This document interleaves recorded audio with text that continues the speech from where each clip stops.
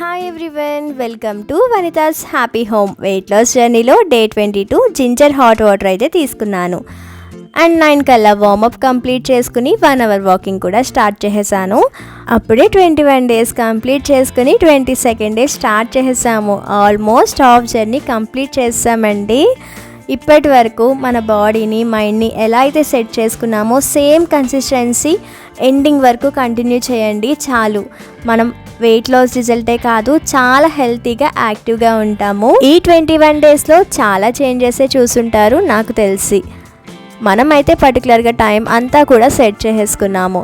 మనమే కాకుండా మన ఫ్యామిలీ మెంబర్స్ కూడా కొంచెం ఎర్లీగా పడుకోవడం, హెల్తీ ఫుడ్ హ్యాబిట్స్ని అలవాటు చేసుకోవడం, ఇలా ఒక డిసిప్లైన్గా హెల్తీ ఎన్విరాన్మెంట్ని కూడా క్రియేట్ చేసాము. వెయిట్ లాస్ రిజల్టే కాకుండా కొంతమందికి వెయిట్ లాస్ రిజల్ట్ స్లోగా ఉండొచ్చు.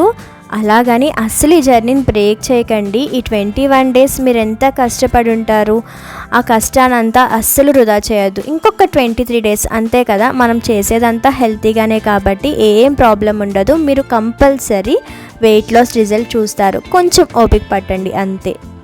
ఇలా 1 అవర్ వాకింగ్ కంప్లీట్ చేసి డిన్నర్కి పెసలు అండ్ అలాగే ఓట్స్ కాంబినేషన్తో దోశ వేద్దాం అనుకుంటున్నాను. కాబట్టి 1 గ్లాస్ పెసల్ని శుభ్రంగా వాష్ చేసుకుని మునిగేలా వాటర్ని యాడ్ చేసి 6 అవర్స్ అయితే సోక్ చేస్తున్నానండి. 5 to 6 అవర్స్ సరిపోతుంది.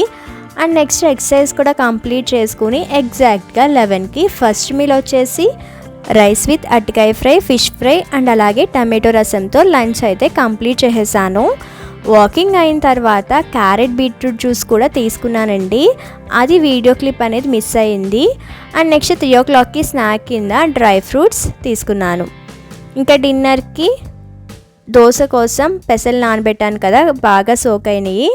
ఇవి శుభ్రంగా మళ్ళీ వాష్ చేసుకుని మిక్సీ జార్లో యాడ్ చేసి, నార్మల్గా పెసరట్కి ఎలా అయితే పచ్చిమిర్చి అల్లం యాడ్ చేస్తామో సేమ్ అలానే కొద్దిగా అల్లం, వెల్లుల్లి, పచ్చిమిర్చి, కొద్దిగా ధనియాలు, జీలకర్ర, టేస్ట్కి సరిపడా సాల్ట్ని యాడ్ చేసుకుని మెత్తగా పేస్ట్ చేసుకోవాలి. అండ్ ఈ పేస్ట్లో ఓట్స్ని యాడ్ చేసుకోవాలండి. ఓట్స్ వచ్చేసి మనం ఏ గ్లాస్తో పెసలు తీసుకున్నామో ఆ గ్లాస్తో ఓట్స్ని తీసుకుని ఫైన్గా పౌడర్ చేసుకోవాలి, ఎటువంటి వాటర్ యాడ్ చేయకుండా. వన్స్ ఫైన్గా పౌడర్ చేసిన తర్వాత పెసరపిండిలో యాడ్ చేసుకోవడమే. నెక్స్ట్ కొద్దిగా వాటర్ని యాడ్ చేసుకుంటూ దోశ బ్యాటర్ ఏ కన్సిస్టెన్సీలో ఉంటుందో సేమ్ ఆ కన్సిస్టెన్సీ వచ్చేలాగా మిక్స్ చేసుకోవాలి. ఇలా మిక్స్ చేసిన బ్యాటర్తో వెంటనే దోశలు వేసుకోవచ్చు, లేదంటే నెక్స్ట్ డే కూడా వేసుకోవచ్చు.